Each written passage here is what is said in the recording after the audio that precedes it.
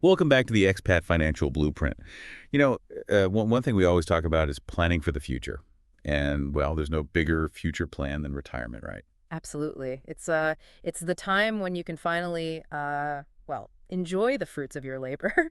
But how do you make sure you can actually do all the things you've dreamed of doing? Exactly. And, it's not just about having enough money. It's about having the right plan to make that money last. That's where a solid retirement income plan comes in. It gives you that security, that freedom to live the life you want. And that's what we're going to be diving into today, right? Yeah. Building that retirement income plan that really sets you up for success. And thankfully, we've got the experts here at Wealth Architects Global to guide us. We are, and we're going to be drawing on insights from our definitive guide to retirement income planning, which we think you'll find incredibly helpful as an expat. So the guide, it kicks off with a really good point. Defining your personal retirement goals. The why of retirement. Yeah. What does your ideal retirement actually look like? Everyone's vision is unique. Yeah. Some people dream of traveling the world, others want to spend more time with family, Right. maybe even relocate. Yeah. Some of our clients here in Asia, they dream of taking on part-time NED roles in their retirement. Yeah, that makes sense. And I'm sure, some people just want to relax and enjoy those simple pleasures, those things they never had time for before. Exactly. But no matter what that vision is, there are some financial goals that most retirees have in common. Things like keeping up their lifestyle, holding on to their wealth, Yeah. and maybe even leaving a legacy for their family. And it's important to remember that retirement could last for decades, right? So planning for that is key. Decades. Yeah. Wow. Speaking of different approaches, the guide actually mentions a spend everything strategy. What's that all about? Is that something that expats should consider? It's definitely an option, but it requires careful planning. The idea is to use all of your savings during retirement. Enjoy it all while you can. But it comes with risks, right? Especially if you live longer than you planned or you face unexpected expenses. Okay, yeah. So you've got the dream retirement vision, but now let's get practical. Step 2 in the guide is all about estimating retirement expenses. How do we actually figure out how much this dream life will cost? Well, the guide breaks it down into 4 key factors. Oh. First, you've got your essential costs, your unavoidable costs, like living expenses, any debt payments, and of course, taxes. Right, the essentials. Right. Then there's what we call discretionary spending. And this is where it gets a little more fun. It's about travel, hobbies, maybe those little luxuries you've always wanted to enjoy. I like it already. Yeah, me too. But it's important to be realistic about these costs. Yeah. If you dream of traveling the world, factoring flights, accommodations, all those once-in-a-lifetime I know. experiences. And don't forget about hobbies. Those can come with their own costs, too, for equipment or classes or materials. Yeah, very true. And then there's the silent wealth killer, No. inflation. Hmm. The guy, it really stresses how even small amounts of inflation can just completely impact your purchasing power over time. They have this crazy example. Imagine you need a certain amount of money today to live comfortably. Well, in 30 years, you might need more than double that amount just to maintain the same standard of living. It's scary, isn't it? Inflation is a huge factor to consider, especially for expats who might be living in countries with higher inflation rates than back home. It's crucial to factor that in when you're planning your retirement income. Yeah, for sure. Okay, so inflation is definitely something to keep in mind. The final factor the guide mentions is, what was it? Investment time horizon. It's not just about how long you'll be retired. It's also about the life expectancy of your spouse or dependents. That's a really important point, especially for expats with families. Your plan needs to make sure your loved ones are taken care of too. The longer your time horizon, the more important it is to have a plan that can generate income and potentially even grow your wealth over time. Right, makes sense. So we've defined our retirement goals. We have a good idea of the potential costs. Now it's time to take stock of what we've got coming in. The guide calls this identifying your income sources. Right. So before we even dive into investment strategies, we need to figure out where your income will be coming from in retirement. This could include your salary if you plan to keep working part-time, or income from a pension Right. or rental properties. Yeah. Some expats might also have a state pension from their home country too, right? Absolutely. And any income from a business you own or real estate, it can all be part of your retirement income stream. It all contributes to that stable base. Having a clear picture of this income will make strategizing your investments so much more effective. Okay, so now we're getting to the heart of it. Using investments to fund our retirement.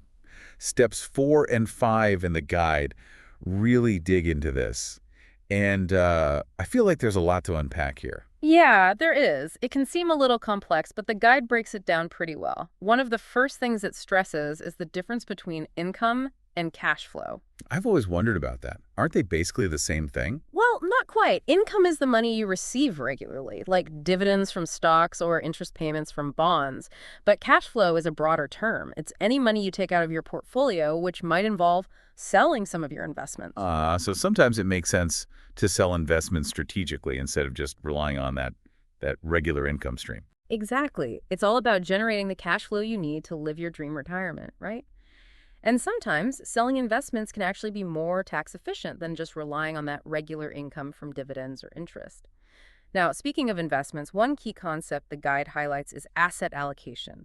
It's all about finding the right mix of assets, stocks, bonds, cash, to match your goals and your risk tolerance. So it's about finding that balance between growth and stability. Exactly. Now, a lot of people think of bonds as the safe option for retirement, but the guide kind of challenges that assumption. Oh, really? Why is that? Well, bonds, they might seem less risky in the short term because they're less volatile than stocks, but they might not keep up with inflation over time. So those seemingly safe investments might not be enough to maintain your lifestyle down the road. Interesting. Okay, so bonds offer stability, but they might not offer enough growth. What about stocks then? They seem riskier, but I guess they have the potential for higher returns. Yeah, exactly. Stocks have historically delivered higher returns over the long run, but they can be more volatile in the short term. It's all about finding that balance between risk and reward. Got it. So it's not just about sticking to one type of investment. It's about diversifying, finding the right mix for you. But how do you know what the right mix is? Is there like a magic formula? Well, there's no one-size-fits-all answer, unfortunately. It really depends on your individual circumstances, your risk tolerance, time horizon, how much income you need. That's where working with a financial advisor can be really helpful. They can help you create a personalized plan based on your specific needs. Right, right. That makes sense. Now, I remember the guide also, um, it debunks this common myth, the 10% withdrawal rule. Can you explain what that is and why it's not really reliable? Sure. It's this idea that you can safely withdraw a fixed percentage, like 10% from your portfolio every year based on, some historical market return. But that's just not realistic. Markets fluctuate, and withdrawing a fixed percentage, especially during a downturn, can really hurt your portfolio and make it much harder to recover. The guide, it uses a pretty shocking example. Like if your portfolio drops by a certain amount and you keep withdrawing that fixed percentage, you can need a huge gain just to get back to where you started. Exactly. Over withdrawing, especially during market volatility, can have serious long-term consequences for your financial goals. Wow. So what's a better approach? How do we withdraw money from our investments in a way that protects our savings and still lets us, enjoy retirement? Well, the guide introduces two key strategies, the guardrail approach and the war chest. Okay, let's break those down. What is the guardrail approach? So it's a flexible system where you adjust your withdrawals based on how the market is performing. If the market is doing well, you may increase your withdrawals a bit, but if things take a downturn, you reduce them to protect your capital. It's all about adaptability. So it's like having a safety net that prevents you from overspending when the market is down. Exactly. What about the war chest? What's that all about? So this is about having a reserve of easily accessible assets, like cash or short-term bonds, to cover your essential expenses for a few years. And this gives your growth assets time to recover during market downturns. I like that. A financial cushion. So you wouldn't have to sell your investments at a loss when the market's down because you'd have this war chest to cover your needs in the meantime. Exactly. It provides peace of mind knowing that you've got that safety net. Sounds really helpful. Okay, so we've covered the basics of asset allocation, the risks of over-withdrawing, and these two strategies for managing those risks.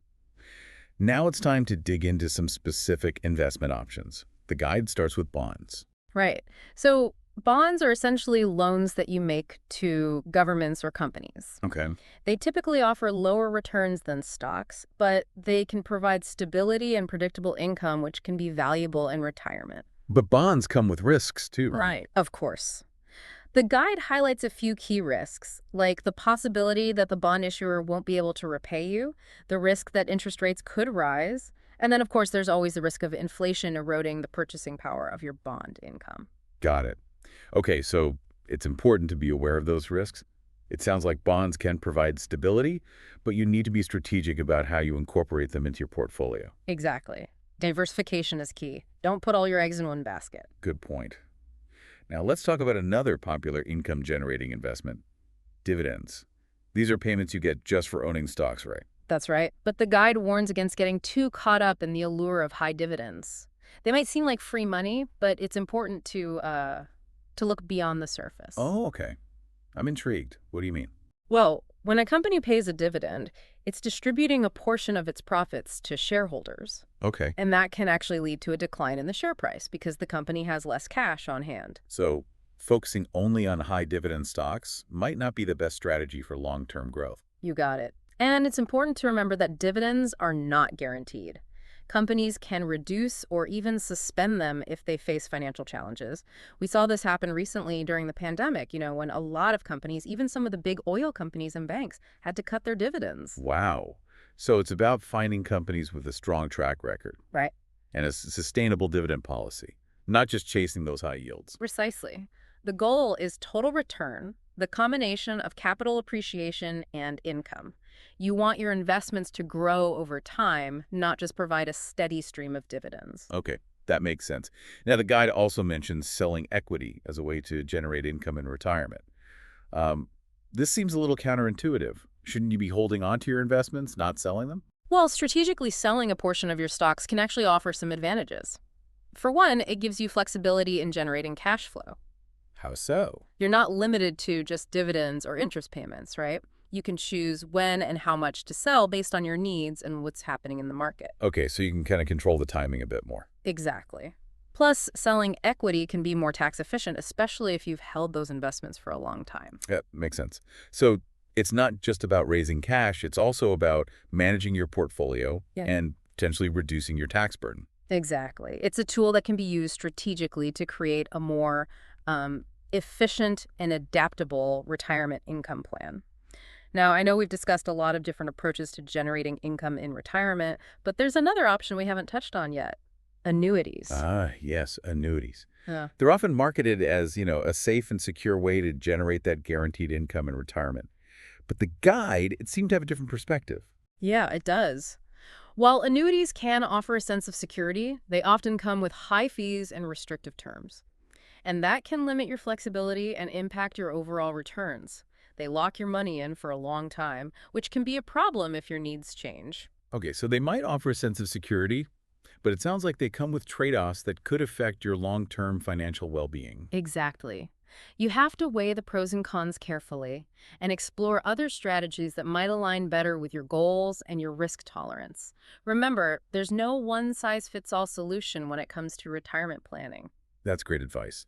So we've covered a lot of ground here, from defining our goals and figuring out how much they might cost, to exploring different investment options, understanding the risks of over-withdrawing. I think we've laid a solid foundation for building a sustainable retirement income plan. Definitely. We've touched on some key insights from Wealth Architects Global's definitive guide to retirement income planning, which should help you navigate the complexities of retirement income and create a plan that provides both security and flexibility. But before we wrap up this part of our deep dive, I want to touch on one more crucial aspect that the guide addresses: managing withdrawal risks. Of course. It's not just about building wealth, it's about managing it properly so that it lasts throughout your retirement. And the guide emphasizes those strategies we talked about earlier, the guardrail approach and the war chest, as powerful tools for managing withdrawal risks and protecting your portfolio. They provide a framework Yeah. for adapting to changing market conditions and making smart decisions about how much money you withdraw, which can help extend the life of your portfolio. Exactly. The guide also stresses diversifying, not just within your investment portfolio, but also across your income sources. Oh, okay, I like that. Yeah. So by having a mix of income streams like interest from bonds, dividends from stocks, capital gains from those strategic sales we talked about, maybe even rental income or pension payments, you create a much more resilient plan that can weather different financial storms. So it's not just about having a big nest egg. It's about having a diverse and well-structured plan for generating income from different sources. That's a powerful message. Absolutely. And the guide also encourages retirees to regularly review their portfolio and make adjustments as needed. Life is dynamic, and so should your financial plan be. Right. That's a great reminder that retirement planning isn't a one-time event, it's an ongoing process. Now let's move on to step 7 in the guide, which explores alternative income sources. So this is beyond those traditional investments we've been discussing. This is where we think outside the box and consider options that can provide additional diversification and income streams. And this is especially relevant for expats who often have a more global perspective when it comes to investing. All right, I'm all ears. What are some of those alternative avenues? So, the guide, it highlights a few interesting possibilities. One option is direct real estate investments. If you're comfortable managing properties, owning rental properties can provide that steady stream of income, plus the potential for, property value to increase. This can be especially appealing in certain Asian markets where real estate has historically performed well. Yeah, that's a great point about the Asian markets. It's definitely something a lot of our expat clients are interested in. But managing properties can be a lot of work, right? It can be, yeah. It's not for everyone. For those who prefer a more hands-off approach, there are property investment funds. Okay. These funds pool money from multiple investors to purchase things like office buildings, shopping malls, apartment complexes, and they generate income from rental payments and potential property value increases. So it's a way to invest in real estate without the hassle of being a landlord. Exactly, and you get those benefits of diversification and professional management. The guide also mentions private equity and other alternative investments. These are investments in companies that aren't publicly traded on the stock market. Yeah, I've heard of that. I've heard that private equity can offer higher returns, but also comes with more risk. Is that right? That's the trade-off, yeah. Private equity investments can potentially offer higher returns, but they also come with higher risk. And they often require a significant upfront investment and a longer-term commitment. Okay, so these aren't for the faint of heart or those looking for quick profits. Exactly. It's crucial to do your research and understand the risks involved. And even within alternative investments, diversification is still key. Don't put all your eggs in one basket. Spread your investments across different types of real estate, different private equity funds, different regions. Makes sense.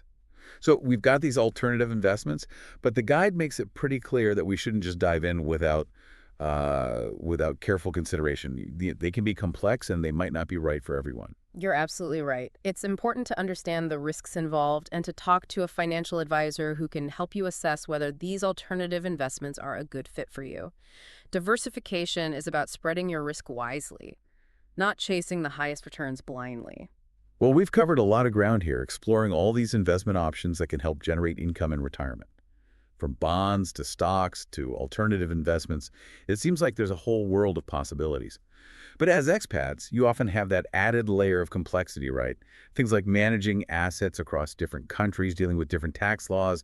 It can get pretty complicated. Yeah, you've hit the nail on the head. That's why it's so important for expats to have a financial advisor who specializes in international financial planning. Someone who can help you navigate all those, those complexities and make sure you're not missing out on opportunities or running into any unnecessary tax headaches. Exactly. They can guide you through all those regulations, help you identify potential pitfalls, and create a plan that really works best for your situation as an expat.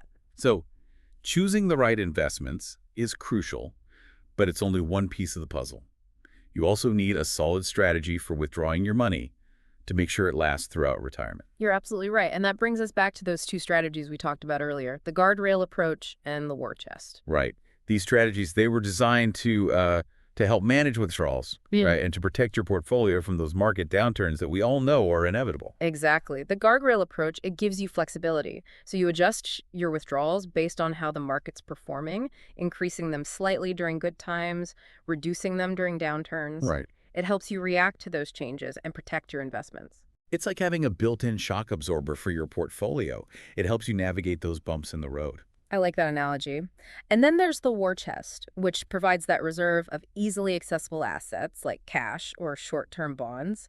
So this allows you to cover those essential expenses for a few years without having to sell your investments at a loss during a downturn. It's like having a financial safety net, a buffer that give your investments time to recover. Exactly. And these strategies, they work together to create a more sustainable and resilient retirement income plan.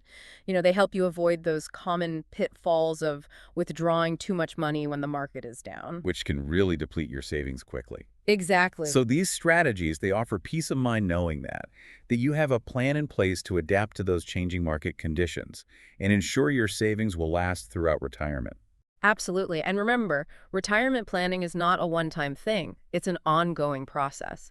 It's crucial to regularly review your plan, make adjustments as needed, and seek guidance from a trusted financial advisor, especially given how dynamic the markets are and the unique circumstances that expats face. Yeah, that's a really good point.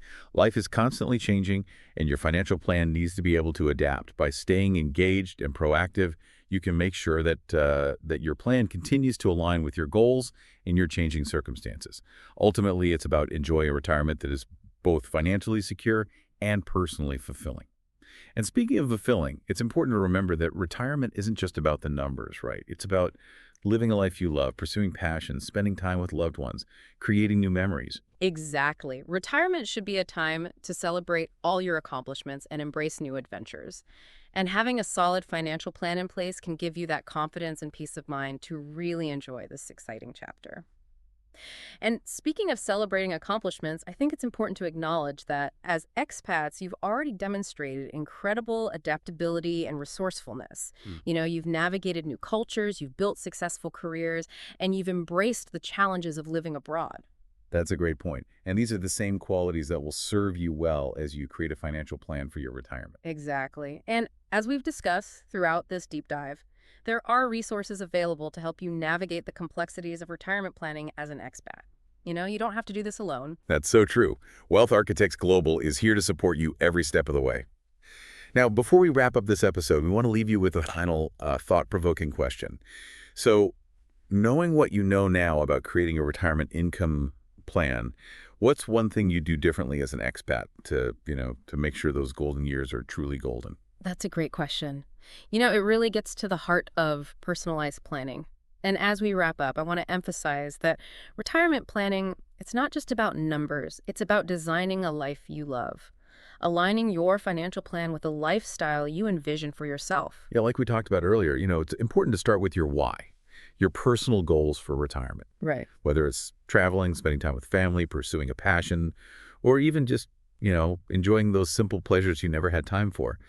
Your plan should support those dreams. Absolutely. And those dreams, they might evolve over time. Your ideal retirement at 50 might look different from your ideal retirement at 65.